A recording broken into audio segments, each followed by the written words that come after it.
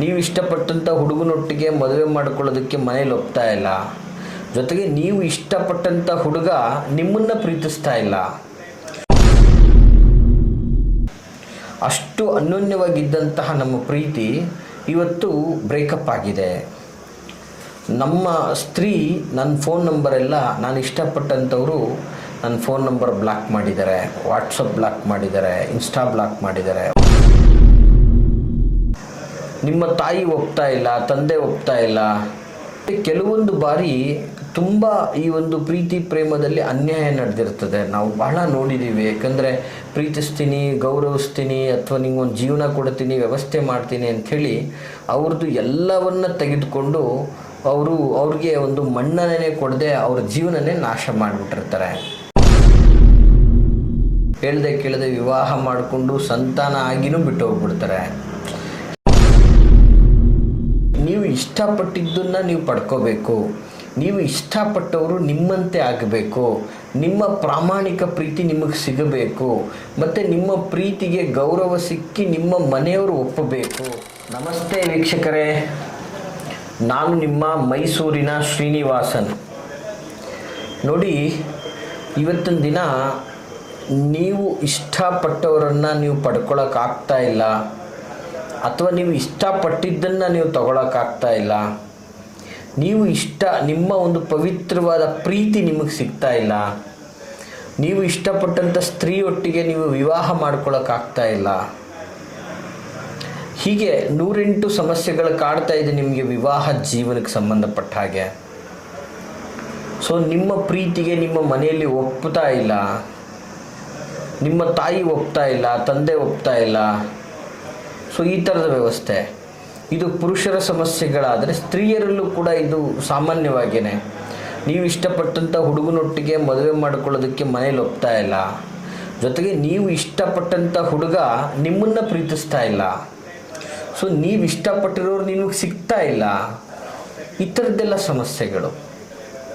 ಜೊತೆಗೆ ಕೆಲವೊಂದು ಬಾರಿ ಏನಾಗ್ತದೆ, ನಾವು ಇದನ್ನು ಬಹಳ ನೋಡಿದ್ದೀವಿ, ಬಹಳ ನೊಂದಿದ್ದಾರೆ ಪಾಪ ಈ ಒಂದು ವಿಷಯದಲ್ಲಿ. ತುಂಬ ಜನಗಳು ನೊಂದು ನಮ್ಮ ಬಳಿ ಬಂದಂಥವ್ರು ಹೀಗೆ ಬಂದಂಥ ವಿಷಯದಲ್ಲಿ, ನಾನು ಬಹಳ ದಿನಗಳಿಂದ ಇಷ್ಟಪಟ್ಟಿದ್ದೆ, ತುಂಬ 7 ವರ್ಷ, 5 ವರ್ಷ, 4 ವರ್ಷ, 3 ವರ್ಷದಿಂದ ನಾವು ಪ್ರೀತಿಸ್ತಾ ಇದ್ವಿ. ಇವತ್ತು ನಮ್ಮ ಪ್ರೀತಿ ವಿವಾಹ ಮಾಡ್ಕೊಳ್ಳೋಕ್ಕಾಗ್ತಾ ಇಲ್ಲ. ಅಷ್ಟು ಅನ್ಯೋನ್ಯವಾಗಿದ್ದಂತಹ ನಮ್ಮ ಪ್ರೀತಿ ಇವತ್ತು ಬ್ರೇಕಪ್ ಆಗಿದೆ. ನಮ್ಮ ಸ್ತ್ರೀ ನನ್ನ ಫೋನ್ ನಂಬರೆಲ್ಲ ನಾನು ಇಷ್ಟಪಟ್ಟಂಥವರು ನನ್ನ ಫೋನ್ ನಂಬರ್ ಬ್ಲಾಕ್ ಮಾಡಿದ್ದಾರೆ, ವಾಟ್ಸಪ್ ಬ್ಲಾಕ್ ಮಾಡಿದ್ದಾರೆ, ಇನ್ಸ್ಟಾ ಬ್ಲಾಕ್ ಮಾಡಿದ್ದಾರೆ, ವಗೇರ. ನನ್ನ ಸಂಪರ್ಕಕ್ಕೆ ಬರ್ತಾ ಇಲ್ಲ. ನಾವು ಪ್ರೀತಿ ಮಾಡ್ತಾ ಇರೋದು ಅವ್ರ ಕುಟುಂಬಕ್ಕೆ ಗೊತ್ತಾಗ್ಬಿಟ್ಟಿದೆ. ನಮ್ಮಿಬ್ಬರನ್ನು ತುಂಬ ರಿಸ್ಟ್ರಿಕ್ಟರಲ್ಲಿ ನೋಡ್ತಾ ಇದ್ದಾರೆ ಅನ್ನುವಂಥದ್ದು ಒಬ್ಬರು. ಮತ್ತು ಕೆಲವೊಂದು ಕಡೆ ಏನಾಗ್ತದೆ, ಪುರುಷರ ಒಂದು ವ್ಯವಸ್ಥೆಯಲ್ಲಿ ಸ್ತ್ರೀ ತುಂಬ ಇಷ್ಟಪಟ್ಟಿದ್ದು ಪುರುಷರ ಫ್ಯಾಮಿಲಿಯಿಂದ ತೊಂದರೆಗಳಾಗ್ತಾ ಇರುತ್ತೆ. ಮತ್ತು ಕೆಲವು ವ್ಯಕ್ತಿಗಳು ಬೇಕಂತಲೇ ಅವರ ಭಾವನೆ ಜೊತೆ ಆಟ ಆಡ್ತಾ ಇರ್ತಾರೆ. ಪ್ರಾಮಾಣಿಕ ಪ್ರೀತಿ ಅವರು ಕೊಡ್ತಾ ಇದ್ದರೂ ಕೂಡ ಆ ಪ್ರೀತಿಯನ್ನು ಅರ್ಥ ಮಾಡಿಕೊಳ್ಳದೆ ತುಂಬಾ ಒಂದು ನೆಗೆಟಿವ್ ಆಗಿ ಬಿಹೇವ್ ಮಾಡ್ತಾ ಇರ್ತಾರೆ. ಸೊ ಮತ್ತು ಕೆಲವೊಂದು ಬಾರಿ ತುಂಬ ಈ ಒಂದು ಪ್ರೀತಿ ಪ್ರೇಮದಲ್ಲಿ ಅನ್ಯಾಯ ನಡೆದಿರ್ತದೆ. ನಾವು ಬಹಳ ನೋಡಿದ್ದೀವಿ. ಯಾಕಂದರೆ ಪ್ರೀತಿಸ್ತೀನಿ, ಗೌರವಿಸ್ತೀನಿ, ಅಥವಾ ನಿಂಗೊಂದು ಜೀವನ ಕೊಡ್ತೀನಿ, ವ್ಯವಸ್ಥೆ ಮಾಡ್ತೀನಿ ಅಂಥೇಳಿ ಅವ್ರದ್ದು ಎಲ್ಲವನ್ನ ತೆಗೆದುಕೊಂಡು ಅವ್ರಿಗೆ ಒಂದು ಮನ್ನಣೆ ಕೊಡದೆ ಅವ್ರ ಜೀವನನೇ ನಾಶ ಮಾಡಿಬಿಟ್ಟಿರ್ತಾರೆ. ಇವತ್ತು ಕೆಲವೊಂದು ಬಾರಿ ಹೇಳ್ದೆ ಕೇಳದೆ ಈ ಒಂದು ಇಷ್ಟಪಟ್ಟಿರೋ ವ್ಯವಸ್ಥೆ ದೊಡ್ಡದಾಗಿ ಹೇಳ್ದೆ ಕೇಳದೆ ವಿವಾಹ ಮಾಡಿಕೊಂಡು ಸಂತಾನ ಆಗಿನೂ ಬಿಟ್ಟು ಹೋಗ್ಬಿಡ್ತಾರೆ. ಹೀಗೆಲ್ಲ ವಿಚಾರಗಳನ್ನು ನಾವು ಬಹಳ ಸಲ ನೋಡಿದ್ದೀವಿ. ಎಷ್ಟೋ ಹೆಣ್ಮಕ್ಳು ಇದರಿಂದಾಗಿ ಪಾಪ ಗಾರ್ಮೆಂಟ್ಸ್ ಅಂತೆ, ಮತ್ತು ಸಣ್ಣ ಪುಟ್ಟ ತರಕಾರಿ ವ್ಯಾಪಾರ, ಮತ್ತೊಂದು ಸಣ್ಣ ಪುಟ್ಟ ಕೈಗಾಡಿಗಳನ್ನು ಇಟ್ಕೊಂಡು ಇವತ್ತು ಮನೆಗೂ ಮುಖ ತೋರ್ಸೋಕ್ಕಾಗದೆ ಜೀವನ ನಿರ್ವಹಣೆಯನ್ನು ಮಾಡ್ತಾ ಇರುವಂಥದ್ದನ್ನು ನಾವು ಬಹಳ ನೋಡಿದ್ದೇವೆ. ಏಕೆಂದರೆ ಅವ್ರಿಗೆ ಇಷ್ಟಪಟ್ಟಿದ್ದು ಯಾವುದು ಸಿಗ್ತಾ ಇಲ್ಲ, ಯಾವುದ್ಯಾವುದು ಮಾಡ್ಕೊಳ್ಳೋಕ್ಕೂ ಆಗ್ತಾ ಇಲ್ಲ. ಸೊ ಹೀಗೆ ನೀವು ಇಷ್ಟಪಟ್ಟಿದ್ದನ್ನು ನೀವು ಪಡ್ಕೋಬೇಕು. ನೀವು ಇಷ್ಟಪಟ್ಟವರು ನಿಮ್ಮಂತೆ ಆಗಬೇಕು. ನಿಮ್ಮ ಪ್ರಾಮಾಣಿಕ ಪ್ರೀತಿ ನಿಮಗೆ ಸಿಗಬೇಕು. ಮತ್ತು ನಿಮ್ಮ ಪ್ರೀತಿಗೆ ಗೌರವ ಸಿಕ್ಕಿ ನಿಮ್ಮ ಮನೆಯವರು ಒಪ್ಪಬೇಕು. ಜೊತೆಗೆ ವಿಶೇಷವಾಗಿ ಏನು ಹೇಳಕ್ಕೆ ಇಷ್ಟಪಡ್ತೀನಿ ಅಂದರೆ, ಇಲ್ಲಿ ನಿಮ್ಮ ಒಂದು ಪ್ರೀತಿ ಪವಿತ್ರವಾಗಿದ್ದು ನಿಮಗೆ ಅನ್ಯಾಯ ಆಗ್ತಾ ಇದೆ ಅಂದರೆ ಈ ಒಂದು ತಂತ್ರವನ್ನು ಮಾಡಿ. ಜೊತೆಗೆ ವಿಶೇಷವಾಗಿ ಇದು ಒಂದು ರೀತಿಯಾದಂತಹ ವಶೀಕರಣ ತಂತ್ರನೇ. ಬಟ್ ಆದರೆ ಈ ತಂತ್ರ ಬಹಳ ಸುಲಭವಾದಂಥದ್ದಾಗಿದ್ದು ಇದನ್ನು ನೀವು ಯಾರೇ ಮಾಡಿದ್ರೂ ಕೂಡ ತುಂಬ ಒಳ್ಳೆಯ ವಿಚಾರಕ್ಕೆ ಬಳಸ್ಕೊಳ್ಳಿ ಅನ್ನುವಂಥದ್ದು ನನ್ನ ಒಂದು ವಿನಂತಿ. ಇದನ್ನು ನೀವು ದುಷ್ಟ ರೂಪಕ್ಕೆ ನೀವು ಬಳಸ್ಕೊಳ್ಳೋದಾದರೆ ಈ ತಂತ್ರವನ್ನು ಮಾಡಬೇಡಿ. ಇವತ್ತು ಈ ಒಂದು ತಂತ್ರ ಏನಿದೆ, ಈ ಒಂದು ಪ್ರಾಮಾಣಿಕತೆ, ಸತ್ಯ, ಧರ್ಮ, ನಿಷ್ಠೆ, ನಿರ್ಮಲವಾದ ಪ್ರೀತಿಗೆ ಸಂಬಂಧಪಟ್ಟಂಥದ್ದಾಗಿರ್ತದೆ. ನೀವು ಯಾರನ್ನ ಬೇಕಾದರೂ ಈ ಒಂದು ತಂತ್ರದಿಂದ ವಶವನ್ನಾಗಿ ಮಾಡ್ಕೋಬೋದು ಮತ್ತು ಈ ಇಷ್ಟಪಟ್ಟಂಥವ್ರನ್ನ ನೀವು ಪಡ್ಕೋಬೋದಾಗಿರ್ತದೆ. ಹಾಗಂತ ಇದನ್ನು ದುರುಪಯೋಗ ಮಾಡಿಕೊಳ್ಳುವಂಥದ್ದಲ್ಲ. ಜೊತೆಗೆ ಎಷ್ಟು ನೀವು ಶ್ರದ್ಧಾ ಭಕ್ತಿಯಿಂದ ಮಾಡ್ತಿರೋ ಅಷ್ಟು ಉತ್ತಮವಾದಂತಹ ಫಲವನ್ನು ನೀವು ಪಡಿಬೋದಾಗುತ್ತೆ, ರಿಸಲ್ಟ್ ನಿಮಗೆ ಸಿಗುತ್ತೆ. ಹೌದಾ ಗುರುಗಳೇ, ಯಾವುದು ಆ ಥರದ ತಂತ್ರ ಇದು, ಅಂತಹ ಅದ್ಭುತವಾದ ತಂತ್ರನ ಅಂತ ನೋಡಿ. ಏನಪ್ಪ ಒಂದು ತಂತ್ರ ಅಂತಂದರೆ ಬಹಳ ಸುಲಭವಾದಂತಹ ಒಂದು ತಂತ್ರ ಆಗಿರ್ತದೆ ಅದು. ವೀಕ್ಷಕರೇ ತುಂಬ ನೀಟಾಗಿ ನೋಟ್ ಮಾಡ್ಕೊಳ್ಳಿ. ಬಹಳ ಸುಲಭವಾದಂತಹ ತಂತ್ರ. ಏನಪ್ಪ ಆ ತಂತ್ರ, ಇದು ಯಾವಾಗ ಮಾಡಬೇಕು, ಹೇಗೆ ಮಾಡಬೇಕು, ಯಾವ ವಿಧಾನದಲ್ಲಿ ಮಾಡಬೇಕು, ಈ ಎಲ್ಲವನ್ನು ನಾನು ಪರಿಪೂರ್ಣವಾಗಿ ನಿಮಗೆ ತಿಳಿಸ್ಕೊಡ್ತೀನಿ, ನೋಟ್ ಮಾಡ್ಕೊಳ್ಳಿ. ಇದು ಮೊದಲನೇದಾಗಿ ಶುಕ್ರವಾರದ ದಿನವೇ ಮಾಡಬೇಕಾಗಿರ್ತದೆ. ಗಮನದಲ್ಲಿ ಇಟ್ಕೊಳ್ಳಿ ವೀಕ್ಷಕರೇ, ಶುಕ್ರವಾರದ ದಿನ, ಅದರಲ್ಲೂ ರಾತ್ರಿಯ ಸಮಯದಲ್ಲೇ ಈ ಒಂದು ತಂತ್ರವನ್ನು ಮಾಡಬೇಕು. ರಾತ್ರಿಯ ಸಮಯದಲ್ಲೇ ಈ ಒಂದು ಸಮಯ ಅಂದರೆ, ರಾತ್ರಿಯ ಸಮಯ ಅಂತಂದರೆ ಸೂರ್ಯ ಅಸ್ತವಾದಂತಹ ಸಮಯ, ಸಂಪೂರ್ಣವಾಗಿ ಸೂರ್ಯ ಮುಳುಗೋಗಿರುವಂತಹ ಸಮಯದಲ್ಲೇ ಈ ಒಂದು ಕಾರ್ಯವನ್ನು ಮಾಡಬೇಕಾಗ್ತದೆ.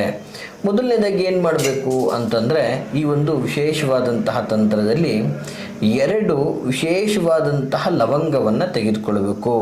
ಆ ಲವಂಗ ಸಂಪೂರ್ಣವಾಗಿ ಹೂಗಳಿಂದ ತುಂಬಿರಬೇಕಂದ್ರೆ ಅದರ ಸುತ್ತ ಹೂವು, ಮೇಲ್ಗಡೆ ಒಂದು ಚುಕ್ಕೆ, ಕಂಪ್ಲೀಟ್ ಒಂದು ಲವಂಗ ಒಂದು ಬಲಿಷ್ಠವಾಗಿ ಚೆನ್ನಾಗಿರುವಂಥದ್ದು 2 ಲವಂಗಗಳನ್ನು ತೆಗೆದುಕೊಳ್ಳಬೇಕು.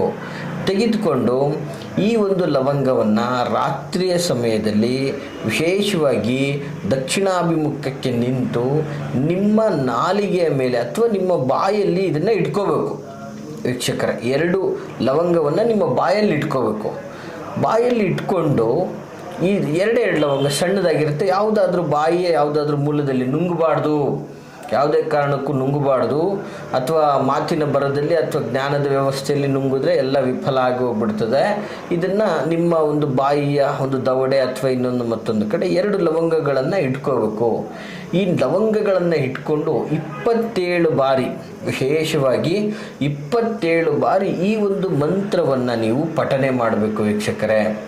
ಆಗ ಆ ಲವಂಗವನ್ನು ವಿಶೇಷವಾಗಿ 27 ಬಾರಿ ಪಠನೆ ಮಾಡಿದ ನಂತರ ಆ 2 ಲವಂಗಗಳನ್ನು ತೆಗೆದು ಹಳದಿಯ ಬಟ್ಟೆಯಲ್ಲಿ ಅದನ್ನು ಕಟ್ಟಿ ಅದನ್ನು ನಿಮ್ಮ ಪರ್ಸು ಅಥವಾ ನಿಮ್ಮ ವೆನಿಟಿ ಬ್ಯಾಗ್ ಅಥವಾ ನಿಮ್ಮ ಜೋಬು ಯಾವುದ್ರಲ್ಲಾಗ್ಬೋದು. ಸ್ತ್ರೀಯರಾದರೆ ಪರ್ಸು, ಸ್ತ್ರೀಯರಾದರೆ ವೆನಿಟಿ ಬ್ಯಾಗು, ಪುರುಷರಾದರೆ ಜೋಬು ಅಥವಾ ಪರ್ಸು, ಈ ರೀತಿ ಯಾವುದಾದ್ರೂ ಒಂದು ಸ್ಥಳದಲ್ಲಿ ನಿಮ್ಮೊಟ್ಟಿಗೆ ಇರುವ ರೀತಿಯಲ್ಲಿ ಆ ಒಂದು ಅರಿಶಿಣದಿಂದ ಕಟ್ಟಿದಂತಹ ಲವಂಗವನ್ನು ನಿಮ್ಮ ಹತ್ರ ಇಟ್ಕೋಬೇಕಾಗ್ತದೆ. ಅರಿಶಿಣ ಬಟ್ಟೆಯಲ್ಲಿ ಕಟ್ಟಿದಂಥ ಲವಂಗವನ್ನು ನಿಮ್ಮ ಹತ್ರ ಇಟ್ಕೋಬೇಕಾಗ್ತದೆ.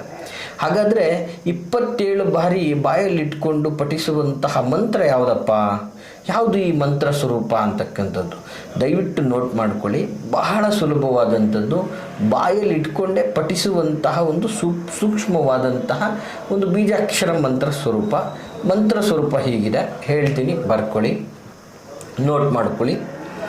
ಹ್ರೀಂ ಕ್ರೀಂ ಸುಮುಖ ಸ್ತ್ರೀಂ ವಶಂ ಕುರು ಕುರು ಸ್ವಾಹ. ಇದು ಪುರುಷರು ಮಾಡಿಕೊಳ್ಳಬೇಕಾದಂತಹ ಒಂದು ಮಂತ್ರ ಸ್ವರೂಪ. ಅದೇ ಸ್ತ್ರೀಯರಾಗಿದ್ದರೆ ಹ್ರೀಂ ಕ್ರೀಂ ಸುಮುಖ ಪುರುಷ ವಶಂ ಕುರು ಕುರು ಸ್ವಾಹ. ಇಷ್ಟೇ ವೀಕ್ಷಕರೇ. ಸ್ತ್ರೀಯರಾದರೆ ಪುರುಷರ ಹೆಸರನ್ನು ಸೇರಿಸಿ, ಪುರುಷರಾದರೆ ಸ್ತ್ರೀಯರ ಹೆಸರನ್ನು ಸೇರಿಸಿ, ಈ ರೀತಿಯಾಗಿ ಒಂದು ವಿಶೇಷವಾಗಿ ಈ ಮಂತ್ರವನ್ನು 27 ಬಾರಿ ಪಠನೆಯನ್ನು ಮಾಡುವುದರಿಂದ ಖಂಡಿತವಾಗಿಯೂ ನೀವು ಇಷ್ಟಪಟ್ಟಿದ್ದನ್ನೆಲ್ಲ ವಶ ಮಾಡ್ಕೋಬೋದು, ಪಡ್ಕೋಬೋದು ಅಂತಕ್ಕಂಥದ್ದನ್ನು ಹೇಳಲಿಕ್ಕೆ ಇಷ್ಟಪಡ್ತೀನಿ ವೀಕ್ಷಕರೇ. ಈ ಮಾಹಿತಿ ತಮಗೆ ಇಷ್ಟವಾಗಿದ್ದಲ್ಲಿ ಲೈಕ್ ಮಾಡಿ. ಹಾಗೆ ಯಾರೆಲ್ಲ ಸಂಕಷ್ಟದಲ್ಲಿದ್ದಾರೆ, ಯಾರೆಲ್ಲ ನೊಂದಿದ್ದಾರೆ, ಯಾರೆಲ್ಲ ತೊಂದರೆ ಅನುಭವಿಸ್ತಾ ಇದ್ದಾರೆ ಅಂಥವ್ರಿಗೆ ತಪ್ಪದೇ ಈ ಒಂದು ವಿಡಿಯೋವನ್ನು ಶೇರ್ ಮಾಡಿ ಅಂತ ಹೇಳ್ತಾ, ಇದಲ್ಲದೆ ನಿಮ್ಮ ಯಾವುದೇ ಥರದ ವೈಯಕ್ತಿಕ ವಿಚಾರಗಳನ್ನು ಮುಕ್ತವಾಗಿ ನಮ್ಮೊಟ್ಟಿಗೆ ಸಮಾಲೋಚನೆಯನ್ನು ಮಾಡ್ಕೋಬೇಕು ಅಂತಂದರೆ ವಿಡಿಯೋದಲ್ಲಿ ಕಾಣ್ತಾ ಇರತಕ್ಕಂತಹ ಸಂಖ್ಯೆಗೆ ಕರೆ ಮಾಡಿ. ನಾವಿರುವಂತಹ ವಿಳಾಸ ಮೈಸೂರಿನ ವಿಜಯನಗರ 2ನೇ ಹಂತ KD ಸರ್ಕಲಲ್ಲಿ ನಮ್ಮ ಕಚೇರಿ ಇರ್ತಕ್ಕಂಥದ್ದು. ನೇರವಾಗಿಯೂ ಸಹ ಬಂದು ನಮ್ಮನ್ನು ಭೇಟಿಯಾಗ್ಬೋದು ಅಂತ ಹೇಳ್ತಾ ಎಲ್ರಿಗೂ ಶುಭವಾಗಲಿ. ನಮಸ್ಕಾರ.